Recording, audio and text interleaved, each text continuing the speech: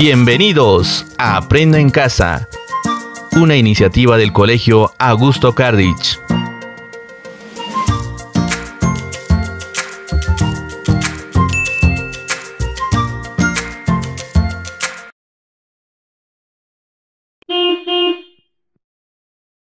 Mis queridos niños, les saluda una vez más la maestra Ruth del curso de Personal Social. Hoy con un tema diferente para ustedes. ¿Quieren saber cuál es el tema de hoy? Sí, ¿verdad? Muy bien, el tema de hoy es la Confederación Perú-Boliviana. La Confederación Perú-Boliviana, ahí están. Después del fusilamiento de Salaverry, Santa Cruz procede a organizar los estados que integrarían la Confederación Perú-Boliviana. Salaverry, considerado el presidente más joven en esas épocas. Muy bien, ahora vamos a ver los factores que hicieron posible la creación de esta confederación. Se mantenían vínculos estrechos entre el Alto Boliviano y el Alto Peruano, vínculos de carácter histórico y geográfico. Había intereses económicos de quienes iniciaron esta confederación. Propaganda a favor de la federación en el sur, apoyado por Santa Cruz. Vamos a comenzar con la estructura administrativa de la Confederación Perú-Boliviana. En lo administrativo se dio de la siguiente manera. Miren, niños, vamos a tener el sur peruano. El sur peruano integrado por Arequipa, Cusco, Puno y Ayacucho. El norte peruano, integrado por Amazonas, La Libertad, Junín y Lima. Y el estado alto peruano boliviano, comprendido por los territorios actuales de Puno y Bolivia. Muy bien, en la parte administrativa, entonces hemos visto sur peruano, nor peruano y el alto peruano boliviano. Ahora vamos a ver la organización política, cómo se organizó políticamente esta Confederación Perú-Boliviana. En la parte política se organizó así, ¿no? Gobierno central estuvo a cargo de Santa Cruz.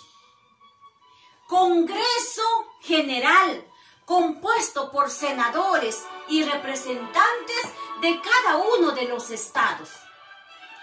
Poder judicial, existía una Corte Suprema en cada estado. Muy bien, ahora vamos a seguir con los acuerdos. Ahí están los acuerdos.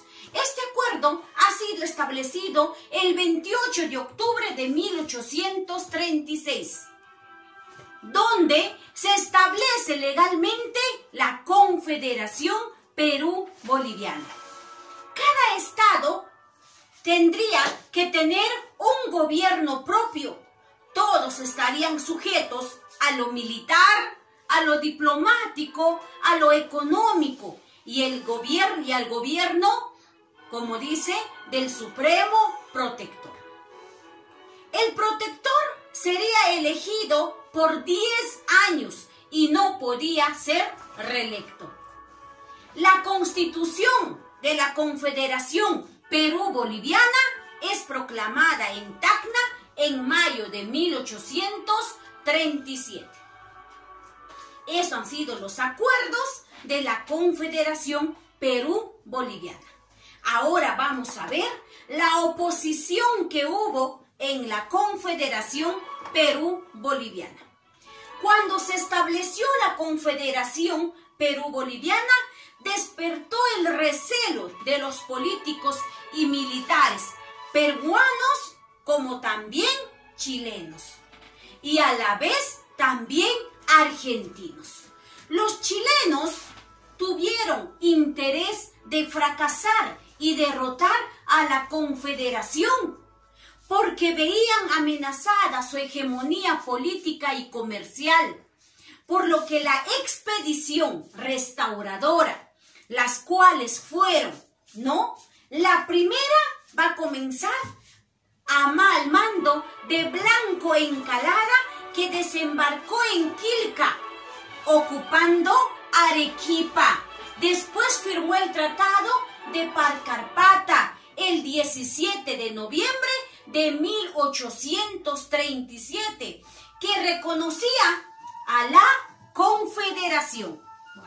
Y la segunda, al mando también de Blanco Encalada, que desembarcó en Quilca, ocupó Lima, después de vencer a Orbegoso, y después se dirigió al Callejón de Huaylas, en donde derrotó la Confederación de Santa Cruz en la batalla de Yungay el 29 de enero de 1839. Santa Cruz fue desterrada a su país. Luego de eso comienza el segundo gobierno de Agustín Gamarra, después de luchar en contra de la Confederación. Entonces, poco tiempo estuvo esta organización. Nos quisieron unir Perú y Bolivia, pero no se logró. Muy bien, ahora, para entender mejor este tema, vamos a ver el siguiente video. Después de eso, ya podrás resolver las siguientes fichas de trabajo. Nos vemos hasta la próxima clase. La Confederación era la nación hispanoparlante más grande de América del Sur para la fecha de su existencia, pero duró muy poco. ¿Qué pasó?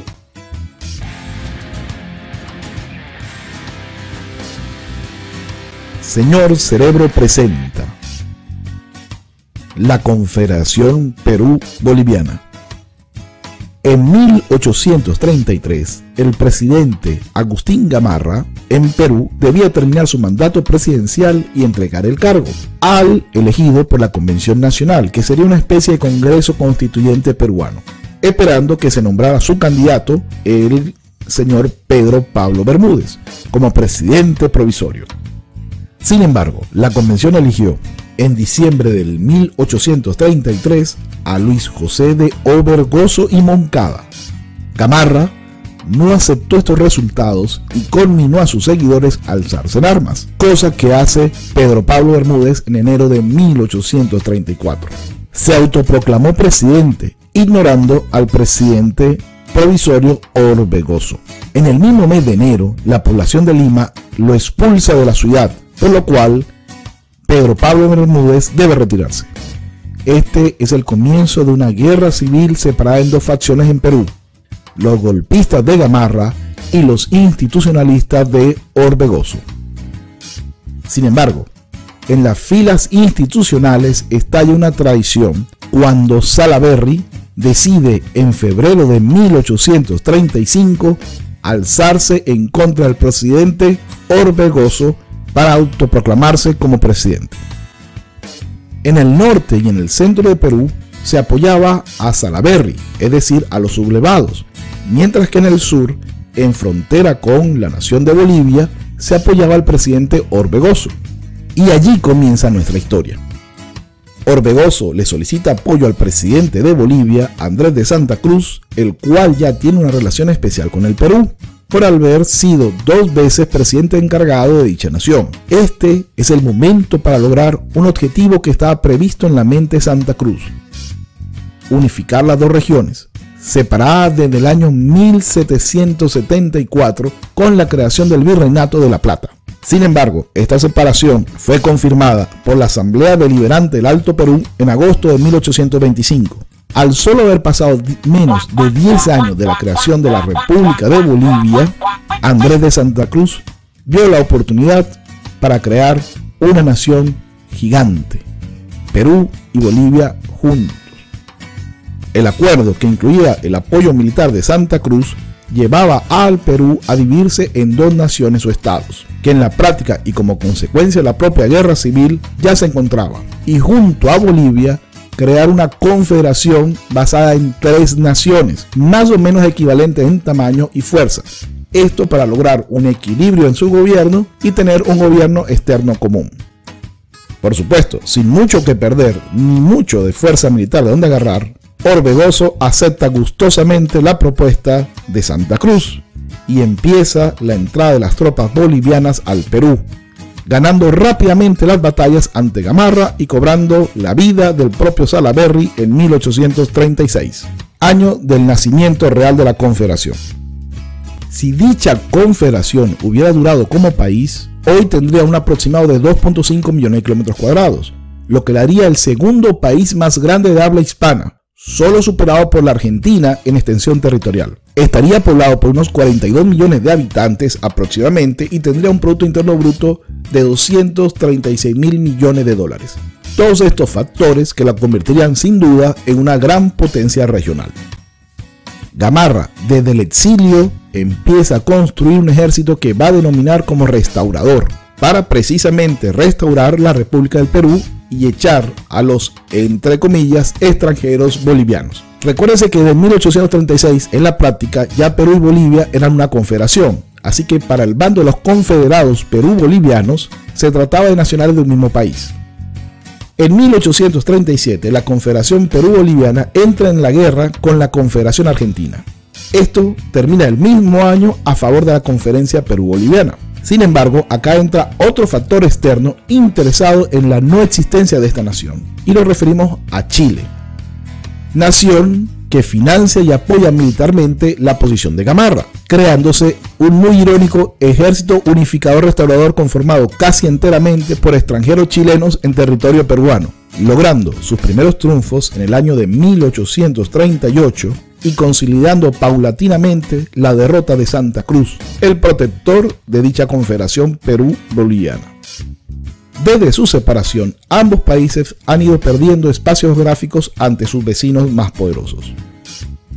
Una vez destruida la confederación, Gamarra, siendo presidente del Perú, intenta anexionarse a Bolivia por medio de una invasión en 1841, pero conocerá en carne propia la férrea voluntad de los bolivianos de mantenerse independientes como nación. Gamarra muere víctima de dicha invasión.